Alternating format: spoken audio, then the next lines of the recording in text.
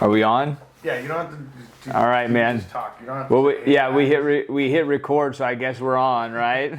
Hey guys, if you're listening to the podcast, if they're hearing this, they're obviously listening to the podcast, right?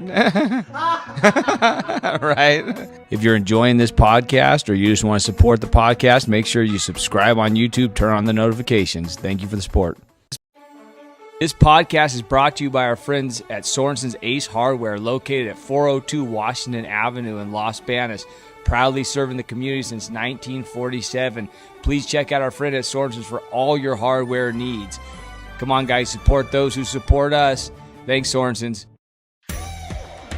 Sorensen's also has a Modesto location located at 1433 Coffee Road. Modesto, true value for all your hardware needs. For all of our people out in the Modesto area, please support those who support us. Thank you. You gotta get uncomfortable, get comfort.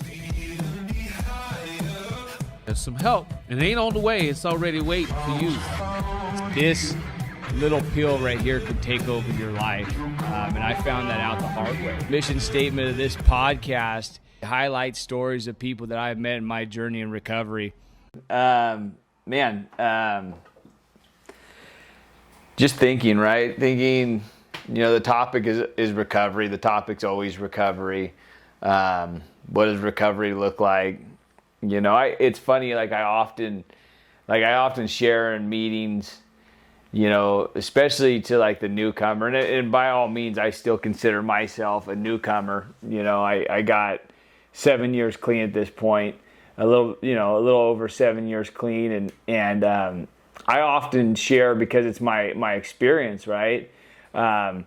Be careful what you pray for, because you might just get it, right? And the things that you think you want in early recovery, and the things that you do want, you genuinely want, that becomes your hardships, right? It's often hard to remember how hard things were when you just want to get clean, right? When you think drugs are your problem, and by all means, for all of us walking into recovery, I think we were blessed with a drug problem because there's a solution, right? We found a solution, and a lot of people in a lot of different ways find solutions, right? But when you find a solution in a 12-step recovery, you find out that the drugs are just a symptom of the major issue, right? The major issue is this spiritual disease that we somehow are settled with, whether you're born with it or whether, it manifests in life, whatever, it doesn't really fucking matter. All that matters is what you want to do with it, right? So we often have these lofty things that we pray for and we wish for. And mine weren't, I never... It was I want to get clean. I'm going to get this. I'm going to get that. The things that I wanted is that, I wanted my family back. I wanted my kids back, right? I wanted, and they weren't taken by CPS or anything. It was a relationship that I had failed in, and so I lost, a lot, right? And so I wanted all those things back. And today, those are my problems, right? And they're great problems to have, right? I'm often reminded when I complain about something happening in my life, it's oh, I got to do this, I got to do that, right? And my sponsor would tell me, no, you get to do that today, right? And it's funny. I think it's just the human condition sometimes, and I think as an addict, right? We tend to focus on the things that we don't have instead of the things that we have, right? Talking, with Jesse before this, when he pulls up to our house, he sees like a great life, right? And I think for most of us, we have a great life. We have a life today, right? Which is a blessing. But I'll sit here and look around and focus on the things that are wrong instead of the things that are right. And a lot of times it takes just a minor shift of perspective. The last, couple months for me personally, I've been struggling, right? I've been struggling with a lot of things, and it was hard to pinpoint exactly what I was struggling with. I just knew that I was struggling, right? it wasn't to the point where I was like, oh, I'm going to get loaded over this or whatever. But like, I found myself asking, like, am I depressed? Right? Like, I was going to meetings, I was doing things, and like, I just didn't have, like, I didn't have the ambition, like, to do certain things, right? Like, I feel like I was depressed, right? I was having a hard time getting out of bed. I was having a hard time getting motivated to do the things I know I need to do to make me feel better, like, you know, like even meeting attendance, you know, working out, practicing my program. And what I found out for me personally, and this isn't for everybody, is I was getting used to losing the battle against resistance on a daily basis, right? Like, there's some sort of resistance for me in doing day-to-day tasks, right? Whether it's like getting up and going to work with a good attitude, approaching my kids with a good attitude in the morning, you know, going and working out when it's hot outside, and not wanting to do these things that I know are good for me and that are going to ultimately make me feel better, right?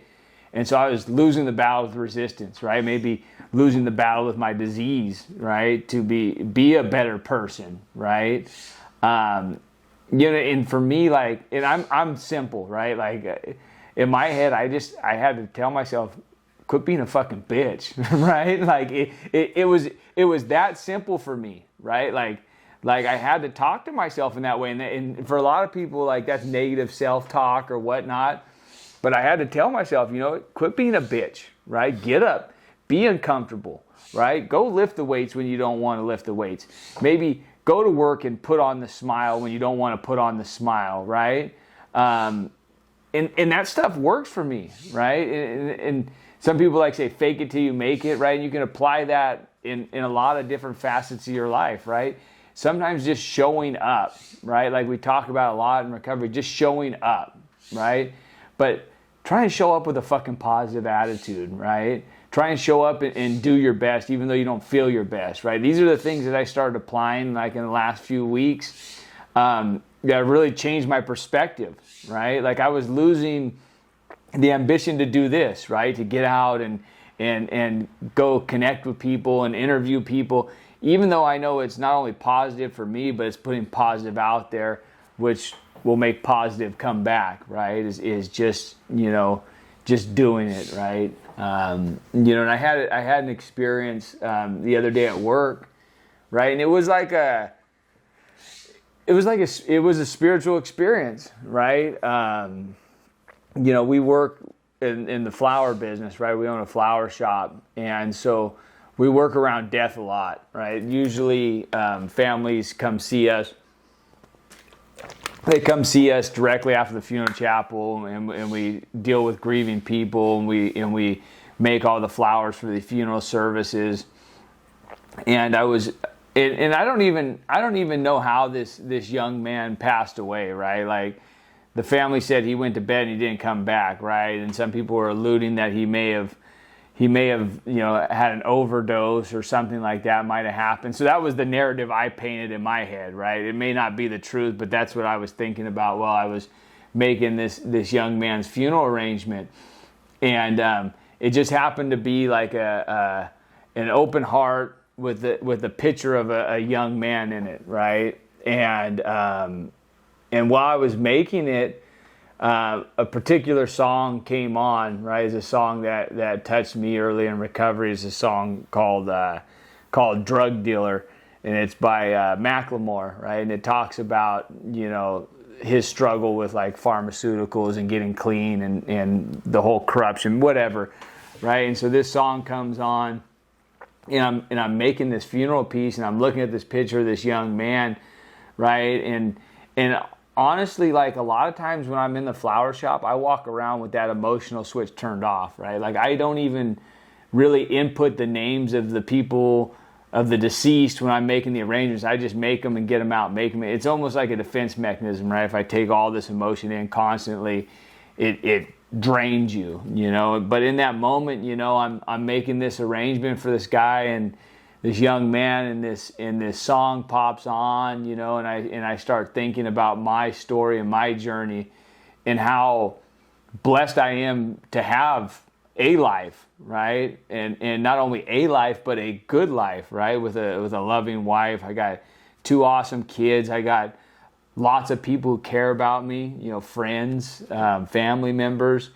And, and I look at this picture of this young man, and it's like, but for the grace of God, there go I, right? Like that could have easily been my picture in that wreath, somebody else was making, and it's just a shift of perspective, right? But for the grace of God, there go I, right? Something that I was also taught in recovery, because when you see somebody, when you've been down this road of addiction, and there's so many, when you're an addict living in the disease, you put yourself in so many places, that like I could be dead, right? 1,000 times over from the places I've been, the people I've met, the things that I put in my body, and I lived for so long, like not even really going to sleep and waking up. It was like passing out and coming to, right? It wasn't like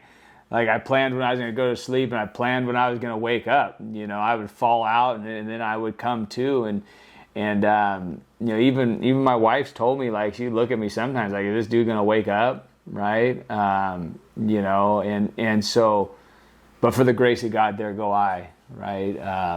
And that's just another one of those, thank God I have the perspective today to where I can input this information and be aware of what's going on, and like today I feel good, right? I feel a lot better. This journey of recovery is not, it's not a steady line that goes up, right? And that's, I would even say, I go even further, this journey of life isn't just this steady line, right? There's ebb and flows, there's ups and downs, right?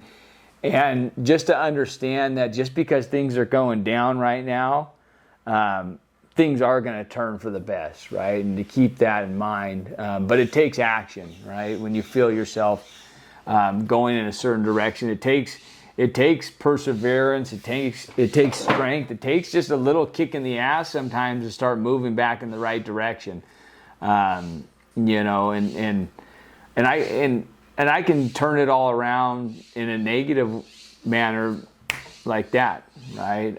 Thank God today, like, the drugs are a little further away than they were when I first came into this thing, right? Like, I don't constantly glamorize or thinking about using, but I know it is always an option, right? I can give it back at any given time. The misery is refundable. But like, even talking to a friend, like, I can't claim ignorance today, right? Like, if I'm stuck in a funk, I know there are a certain set of things I can do to make myself feel better. Like, it's not going to be like taking a pill and boom, the next second I feel better. But there's a progression of things that I can do, recovery related, to make myself feel better, right? I can attend meetings. I can start eating better, right? Like, recovery is not just, okay, I go to these meetings, I do these things, and I feel better, right? Like, there's a lot of action involved. Like, my recovery involves more than just what I do in the 12-step fellowship, right? It involves, like, trying to eat a healthy diet, right? Trying to get X amount of sleep, trying to physically exert myself by, like, working out and doing these things. Like, all these things are part of my recovery, right? Recovery isn't just what I do in that hour every so often that I spend inside a meeting. My recovery is what I do on a day-to-day basis to live a better life, right? To unwire all this junk in my head that can cause me to live a less than satisfactory life, right? And I don't have to settle for that kind of stuff today. I've been blessed beyond my means in so many different facets, but in a second I could just start thinking about all the stuff that I don't got, right? All the stuff that I see people doing on Instagram, right? Like, I could look at that and I could be like, oh man, they got it so much better than me, but they don't post the bad shit on there. They don't post when they're sitting on the couch second guessing everything that they've done, right? They don't post that stuff. So I can fall into those traps very easily if I don't catch myself. But I'm glad to say, like, in the last few weeks, I've really sat down and recalculated my approach to life, right?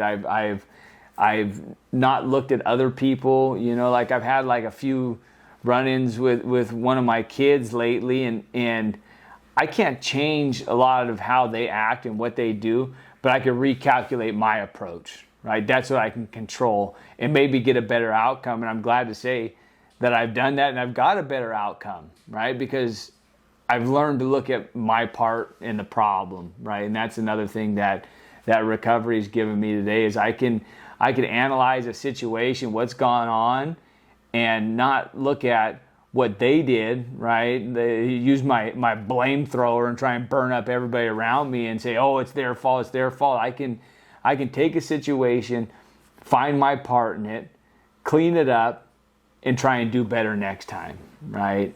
And that's what I've learned to do, right? And so, I'm just super grateful to be and it's funny, like sitting here doing this and talking, like I often think like I'm at my happiest when I'm just in the middle of the herd, right? When I'm in the middle of the herd, I'm not saying, look at me, and I'm just doing what I need to do to get better, to feel better, to be better, to help the next person. And I end up sitting here with a fucking camera in front of me talking to you guys like this, right? And it's got to be God, right? Because it ain't me. And so if this is where I'm supposed to be right now, I'm okay with that too. I was reading something earlier, and it was talking about, getting out of self, right? Being of service, right? Makes us feel better about ourselves, right? Like that's one thing I've been able to consistently do through my recovery, right? Is be there for somebody else, and sometimes at a detriment, right? Like I'll end up doing so much for others, I'll forget about myself, And like that's such a key component to this whole thing is learning to be of service to the other addict out there that's struggling, right? And they don't have to be using to be struggling, right? I know that firsthand. I've been, myself, and there's been multiple people that have been there for me through this process, right? Like I just did something last week. I had a situation that was bothering me. It was something, and it's funny how like you could sweep stuff under the rug, right? Like I swept this under the rug like a year ago, and this situation was bothering me. And a lot of it is like leaving, like when I leave things unsaid or unaddressed, I tend to come up with my own narrative in my head, right? Like if I don't address a situation with a person and I just let time go by, I'll create my own narrative in my head. Well, this person doesn't like me, or they're too good for me, or whatever. And it was a minor thing, right? And I had this whole narrative painted in my head, and I just swept it under the rug, right? And a situation occurred, and all those feelings came back up, right? And so I called my sponsor and I talked about it, and I like was telling him how I feel, this, that, the other thing, and he's like, well, maybe you should write about it, right? And and we can get to the solution. You can address it, right? And it was so simple, I had to write an inventory about, I resent such and such, how it makes me feel, and my part in it, right? And I wrote out this whole page about this thing, and I got to call the individual and have a conversation, and I was apprehensive to make the phone call, and I had a conversation, and through that process, right, like I was able to smash all those narratives I made in my head, right, and regardless of the outcome, I was going to feel better about it, right? But the outcome was nothing but positive, right? And I was reassured that this person cared about me and my family, and I didn't have to live with all that junk, right?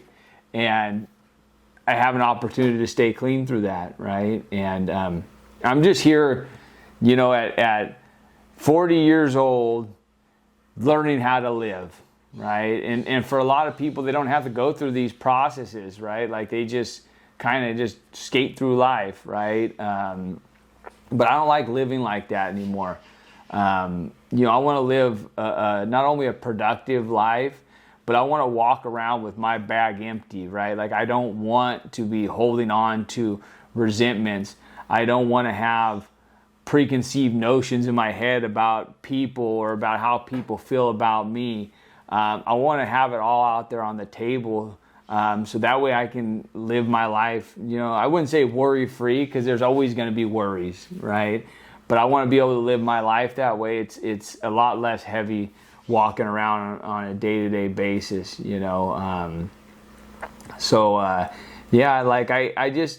really appreciate, having this platform and being able to do this, right?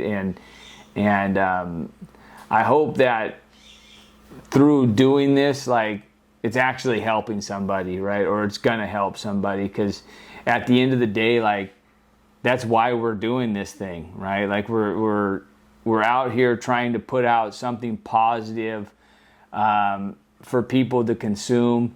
Whether it's somebody that's struggling with addiction, or whether it's somebody that's struggling with some mental health, depression, or whether it's me. I could be I'm helping myself through this process, and I just appreciate you guys sitting through all this stuff, because I often will say, why me, right? Like I ain't got nothing to say, right? And I feel that way at times, and I even feel that way like right now doing this. It's like why am I sitting in front of the camera giving somebody advice? Shit, sometimes I feel like I'm barely making it on a day-to-day, right? And it's funny, because from the outside perspective, somebody might be looking at me thinking, oh, that guy's got all of his stuff together, right? And so, man, this thing we call life, right? It's going to keep showing up, and it's going to keep showing up. And what are you going to do, right? Are you going to show up, or is the fear going to set in, right? Like fuck everything and run, right? Or are you going to continue to show up, right? And what I know is, as long as I've continued to show up, things constantly get better. Sometimes they get worse, sometimes they get different, but I know I'm going to continue to show up and see what happens, man, because this life is a gift, right? But for the grace of God, there go I, right? I could not, if I was living that lifestyle I was living 7 years ago, I wouldn't be here today, man. I wouldn't. I firmly believe that I would be dead, or I would be incarcerated, right? And I would leave a terrible wake behind me, as far as how that would affect my kids and my significant other. I'm grateful today that I've been, for the most part, I have a daily reprieve from that self-obsession, that disease, right? Like I have a chance for today, right? Not to regress and go back and cause that wake of destruction, because I was told, before I got clean, by somebody that I love dearly and that loves me today, that, I was a destroyer. Everything that I touched, I destroyed, and I'm grateful today, I don't have to live that way. I'm a builder, right? I try to be a positive force, not only in my family's life, my own life, but in the community, right? So, if there's something that we can do for you, if you need some help or some suggestions, feel free to reach out, through the Instagram profile, or hit us up, and we'll try and help you, man. But nobody can do this thing for you, right? And Like, and it's funny because we always, when we interview and talk to people, I always ask them at the end, like, what sort of advice would you give somebody that's out there struggling, you know? And you know, the most common thing people say is just ask for help, right? Ask for help, you know. But like, nobody can make that initial first step but you, right? Like, it's crazy. Like, God can help you, right? You know, and I heard a guy put it one time, you know, if you're sitting by a pile of dirt and you're asking God for help to move this dirt, he's going to send you a shovel, right? But you're going to have to move that dirt yourself, right? Like, we made the mess. The only ones that can clean it up would be us, right? So for sure, you know, if you're listening to this and you're struggling, you know, reach out for help, man. There's so much help out there for people, whether you're struggling with mental health, depression, you know, or addiction, you know. And when I was sharing my stuff, you know, about me feeling depressed, right? Like, that's not to minimize anybody out there that struggles with mental health issues. Mental health issues are real, you know, and there is help out there for that, right? Whether it's through behavioral health or seeking some sort of counseling. I'm fortunate that I don't think I struggle with those issues. I might be in denial about it. I've been able to make myself feel better, you know, holistically through eating better, working out, positive relationships with people in and out of the rooms of recovery. You know, I have an amazing support group sponsor. I have men I reach out to on a regular basis, whether I'm struggling with something. And so those are the tools that I use, you know, to make myself feel better, right? To get through each day clean. But if you do, you know, if people have told you, right, like you might have some mental health issues, that, you know, there's nothing wrong with reaching out for help.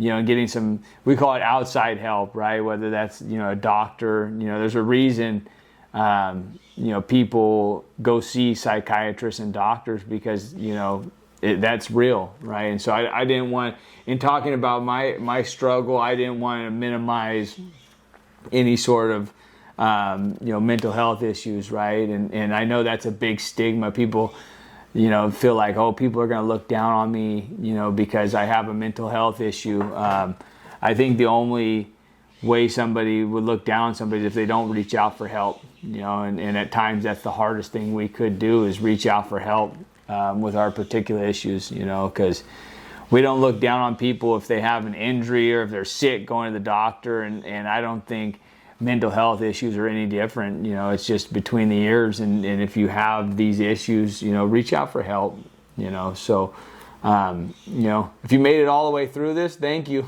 Right? And so we look forward to doing it again. Yeah. I think we've got a half hour. Yep. All right.